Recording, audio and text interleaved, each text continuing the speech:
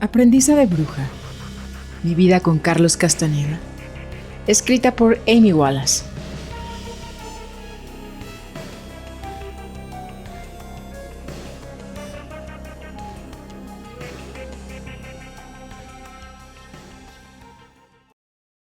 Hoy les presentamos el capítulo número 15. Regalo a mis gatos, me hago camarera y escandalizo al infinito.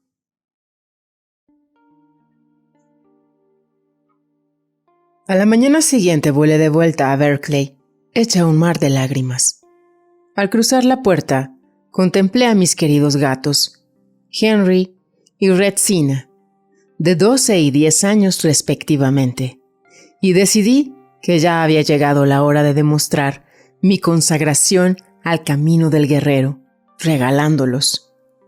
Solo ahora, mientras describo este episodio, mi llanto por ellos por fin puede brotar. En aquel momento me impuse el humor más estricto que conocía. Aunque eso me matase, no iba a sentir nada.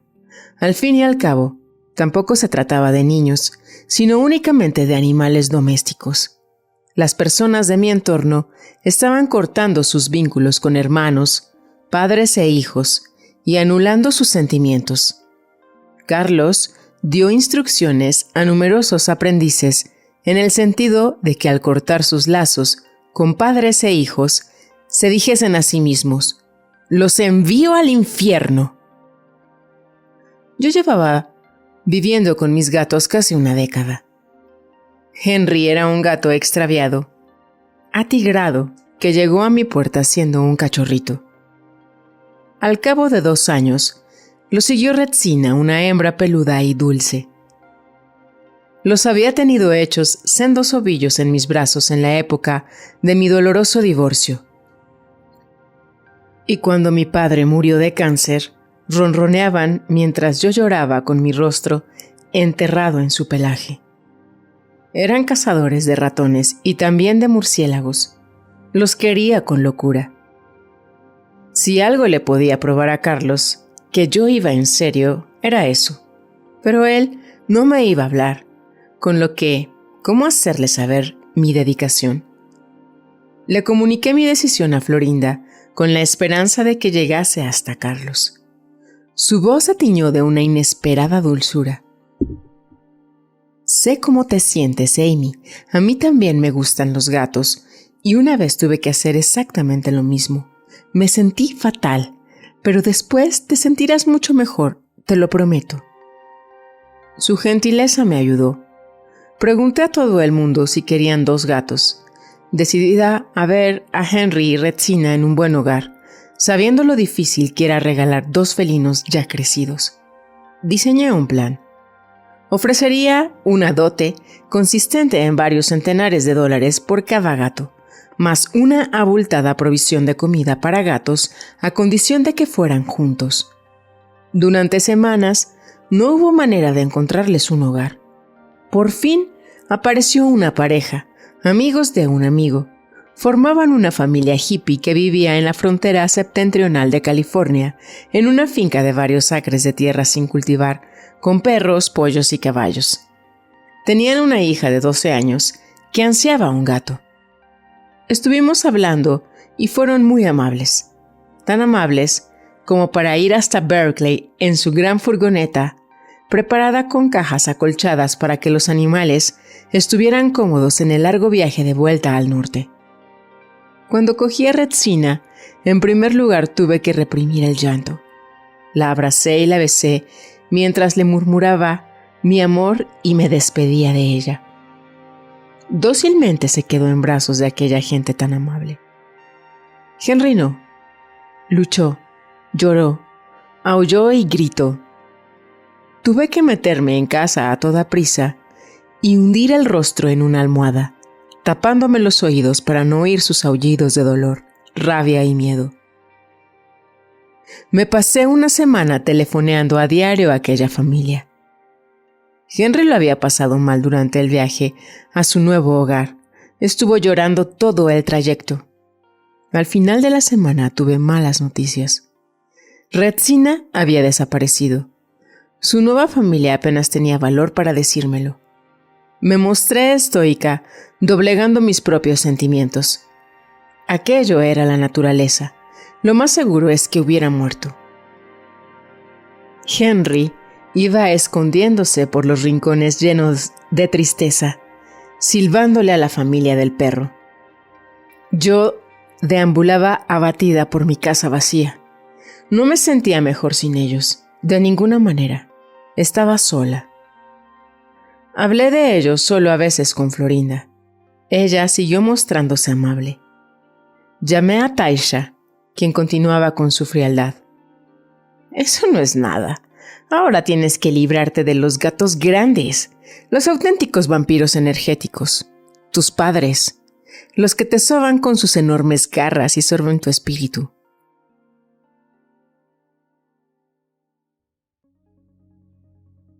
Al cabo de 3 semanas, recibí una llamada plena de júbilo. Habían encontrado a Retsina. Se había asilvestrado. Estaba con un grupo de gatos salvajes que vivían detrás de la casa. Se le veía enjuta y feliz. Henry seguía escondiéndose por ahí, pero a veces Retsina aparecía y jugaban juntos. Gracias a Dios, era un augurio. Cuando Carlos, tras un mes de silencio, por fin me dirigió la palabra, le conté la historia. Si la hembra domada podía volverse silvestre y cazar, yo también. Me referí a una historia que me había contado cuando nos hicimos amantes por vez primera. Amy, había dicho, sé de un gato que se fue de su casa, una casa cómoda en Los Ángeles. Se fue hacia el sur, cruzó autopistas, la de Santa Mónica, la 405 Sur, desafió la muerte. Llegó hasta Baja, imagínatelo. ¿Y luego qué ocurrió?, le pregunté. Amy, quién sabe, pero ¿qué más da? Fue un milagro, imagínatelo. Carlos se tomó mi relato como un buen augurio, con lo que mi tristeza disminuyó un poco, a pesar de que continuó regañándome con severidad. Ahora me encontraba en el campamento de la brujería. Mi carrera profesional acentuaba su repugnancia. El que me hubiese puesto a trabajar en lugar de proseguir con mis estudios le molestaba. Pese a no haber parado de escribir desde los 18 y haber publicado 13 libros, desvariaba. En tu vida has trabajado, ni un solo día. Busca un empleo en McDonald's. A los 5 días ya me habían contratado como cocinera de mañanas, camarera y lavaplatos en una pensión con desayuno de Berkeley. A Carlos lo llamaba 3 veces por semana, los viernes, sábados y domingos. Cuando volvía del trabajo a las 12:30, habiéndome levantado a las 3:30 para la hornada. Yo le decía, hola, y él daba inicio a su monólogo. Me meo en ti, eres una mierda. Te crees tan maravillosa, tan importante. ¿Qué problemas? Eres una mierda. ¿Qué tienes de especial? Y vaya pedazo de judía. ¿Qué te crees que somos? ¿Un mexicano y una judía? Naciste con un pan debajo del culo. No has trabajado ni un puto día de tu vida. Dime, ¿vienen judíos a este restaurante? Sí. ¿Dan propina? No, es pensión con desayuno. ¿Lo ves? Los judíos son de lo peor, no dan propinas. No. Di algo, ¿qué pasa? ¿No sabes hablar? Bueno, el chico que me está enseñando el oficio tiene 26 años, un punk con pelo verde. Excelente, eso está muy bien, porque me meo en ti. Bueno, hay meadas y meadas, desde luego. Yo lo estoy haciendo todo por ayudarte y tú lo único que quieres es matarme. Eso es lo que pretendes, ¿no? No. A veces Carlos colgaba enfurecido. Otras decía: sigue luchando hasta que te des cuenta de lo que eres. Una inútil. Nada. Lo normal era que tuviera otra llamada, esperando en alguna de sus líneas, y colgara. A veces llamaba a Taisha, que había dejado de llamarla Annie, que solía ser la más amable de las brujas y que había asistido a mi búsqueda de empleo. Hubo una ocasión en que llamé a Carlos para que me ayudase a decidirme por uno de 2 puestos que me habían ofrecido, pues tenía que contestar inmediatamente. Taisha se puso al teléfono del Nahual, lo cual era tan extraño que tristemente dijo que el que tuviéramos que hablar era un presagio. Me indicó que tenía que amar durante todo el tiempo en que estuviera en el trabajo.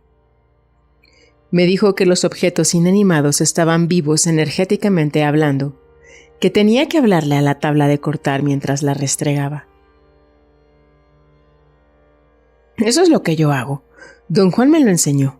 Una vez durante mi aprendizaje estuve viviendo en un estudio minúsculo con solo un escritorio, una cama, una silla y un televisor. Cada día los limpiaba, sacaba brillo al escritorio y a la televisión y les hablaba. Un día sentí una profunda oleada de cariño que me inundaba, un cariño muy hondo por esos objetos. Los objetos están vivos, son energía. Me pasé 6 meses en la cama y desayuno, escabulléndome para asistir a los seminarios de un día de tensegridad en cuanto podía. Una cliente habitual. Las charlas de las brujas se habían convertido en seminarios en los que los chacmoles o guardianes, Astrid, Puna y Suna, enseñaban los ejercicios mágicos. En una ocasión, se anunció la celebración de un seminario de tensegridad a varios meses vista. Iba a tener lugar en Los Ángeles y duraría 3 semanas, durante las cuales Carlos por fin se iba a mostrar al público. Yo deseaba dejar mi empleo y disponer de mucho tiempo para organizar una mudanza a Los Ángeles sin saberlo Carlos. Pensaba que si debía aguardar a que me diera permiso, me pasaría la vida esperando. Casi nunca hablaba con la mujer nahual. Sin embargo, un día de repente decidí consultarle este problema. Muni, quiero dejar el trabajo, así podré ir a LA, pero en los libros de Carlos, cuando trabaja de cocinero de comida rápida en Arizona, tuvo un presagio que le decía que su trabajo había finalizado. Creo que estoy esperando un presagio. Idiota, él preparaba huevos como un trabajo de brujería en uno de sus libros. O sea, que prepara huevos. ¡Qué presagio! ¿Eres gilipollas? Aún no lo has entendido. Sí, claro. Mentí. Bien. Y colgó.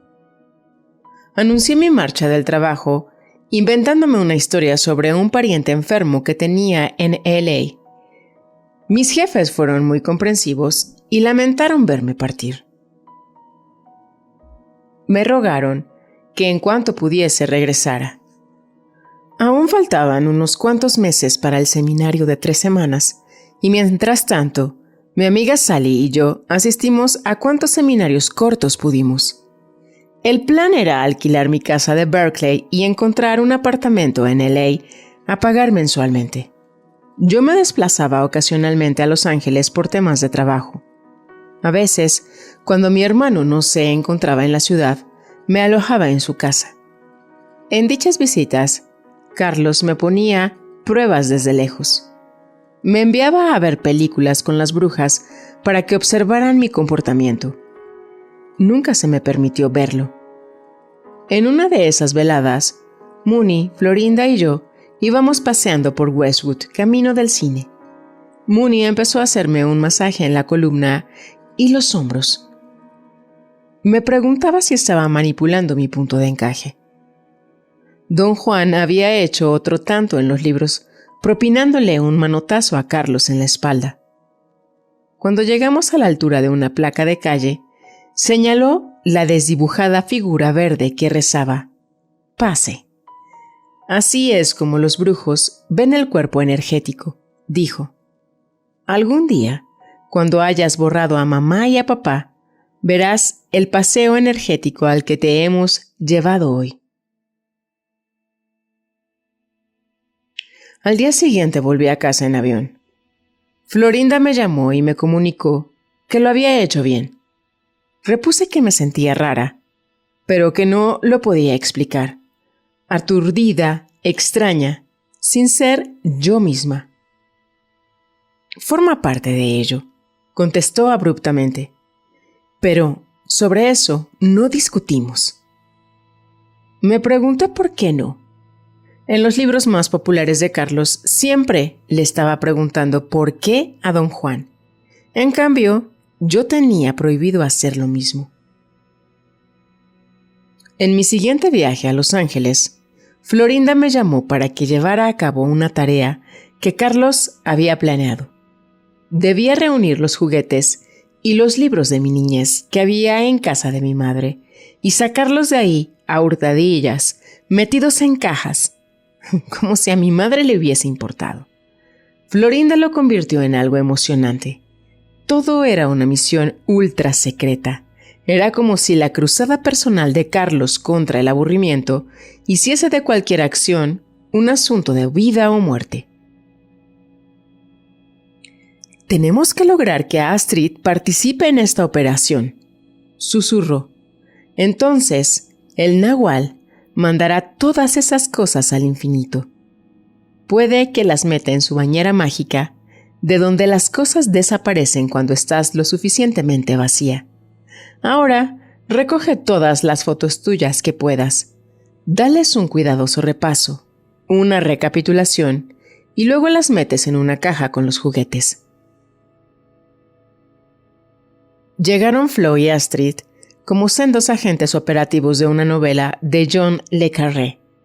Astrid, la carismática, una chacmol de aspecto nórdico, nos sacaba a un palmo.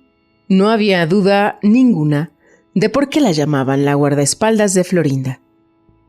Se hicieron cargo de las cajas de animales y muñecas de peluche, libros infantiles y fotos que yo cuidadosamente había empaquetado y sellado. Cuando hube regresado a Berkeley, recibí una llamada de Carlos.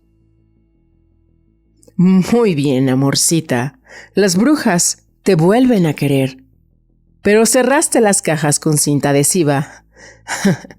Le dije a Florinda, está paranoica. Tiene miedo de que les eche un vistazo. Su sarcasmo me hizo desfallecer. Me sonrojé avergonzada. No te preocupes por la cinta, pendeja. Yo nunca voy a fisgonear tus cosas. Ahora repasa tus fotos y envíame más. Intenté fingir que el quedarme en mi enorme casa vacía sin mis gatos jugando y saltando a la cama para acurrucarse en mis brazos era algo que me gustaba. Sin embargo, lo cierto es que me estaba convirtiendo en una solitaria de tomo y lomo.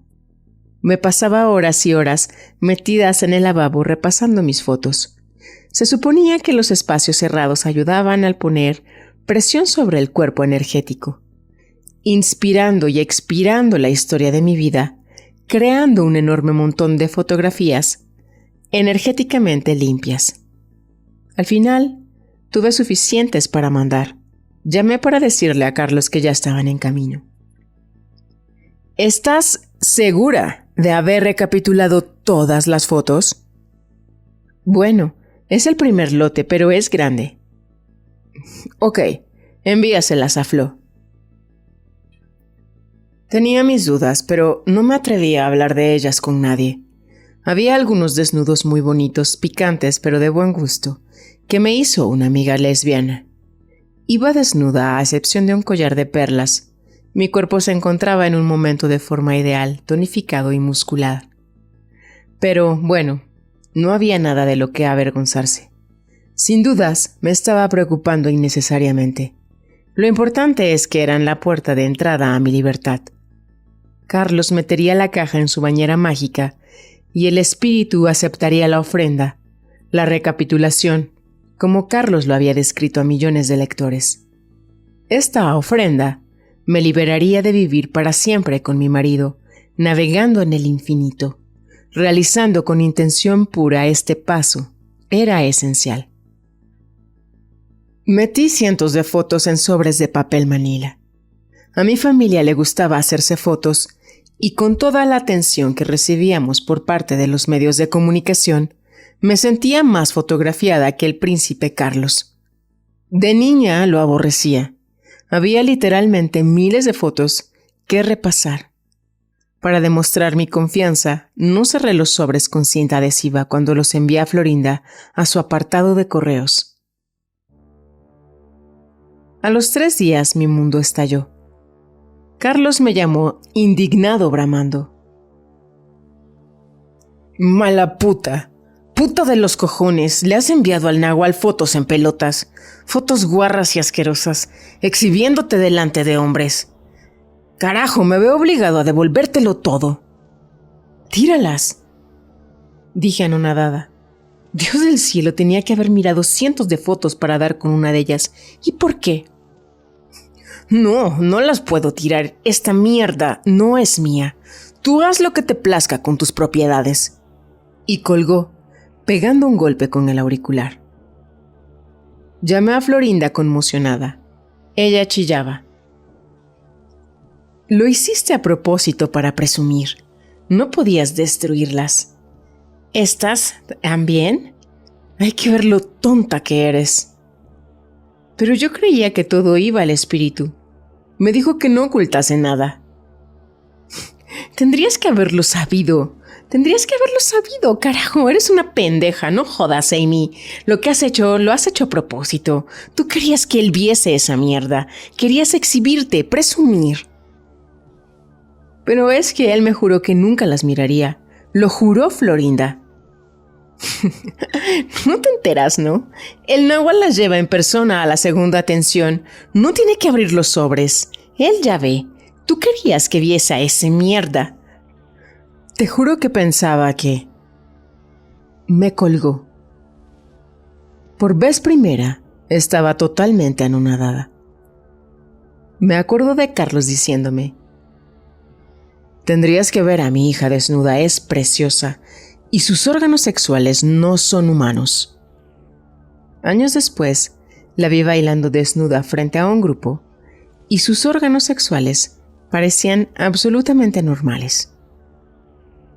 Carlos se burlaba de la especie humana llamándola los únicos monos que llevan ropa. Y lo más importante, en el fondo de mi corazón, yo sabía que había respetado sus deseos al 100%. No se trataba de un intento de llamar la atención.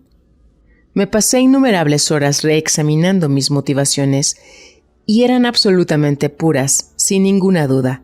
Estaba convencida de que cualquier cosa que no fuera la verdad descarnada bloquearía mi camino. Había confiado completamente en el Nahual, y ahora Florinda, mi aliada, me había llamado mentirosa. Ese fue el día en que se plantó la primera auténtica semilla de duda. Nadie, ni mis héroes, podría disuadirme de la verdad que mi corazón albergaba. Al cabo de unos días, llegó una caja con la dirección escrita en la pulcra letra de Carlos. Le eché una ojeada y vi sobres y algunos juguetes. ¿Por qué tan solo unos cuantos? Yo le había enviado 3 cajas enormes. ¿Qué se había hecho del resto? Sin más dilación, la tiré al cubo de la basura. Carlos dejó de llamarme, y Florinda solo me permitió telefonearla muy de vez en cuando. El golpe más fuerte de esta época me sucedió cuando Los Ángeles quedó devastado por el sismo de enero de 1994. En un momento como ese, las reglas acerca de no llamar a Carlos parecían infantiles, incluso ridículas. Cuando las líneas por fin volvieron a funcionar, marqué su número. Soy yo. Soy Amy. Solo quería saber si estás bien. Hubo un silencio breve. Luego colgó. Me quedé de piedra, tanto que no podía concebir la crueldad que implicaba ese acto, de ese crimen contra el cariño del brujo. Llamé a Florinda. Me dijo que se encontraban bien. Estaba hecha una furia por mi llamada. En esa ocasión, sin embargo, repliqué violentamente. «Esto es absurdo. Por descontado que quiero saber si estás bien. Te dije que nunca llamases, nunca. ¿Qué te pasa? ¿Qué es que no puedes hacer lo que yo te digo?» Me preguntaba si me habrían llamado si el terremoto hubiera sido en Berkeley. Lo más probable es que no. No eran seres en los que confiar. Eran incapaces de mostrar un cariño verdadero. Pero llegar a esa conclusión y aceptarla me habría llevado a poner en tela de juicio todos sus métodos e irme. No podía enfrentarme a la soledad.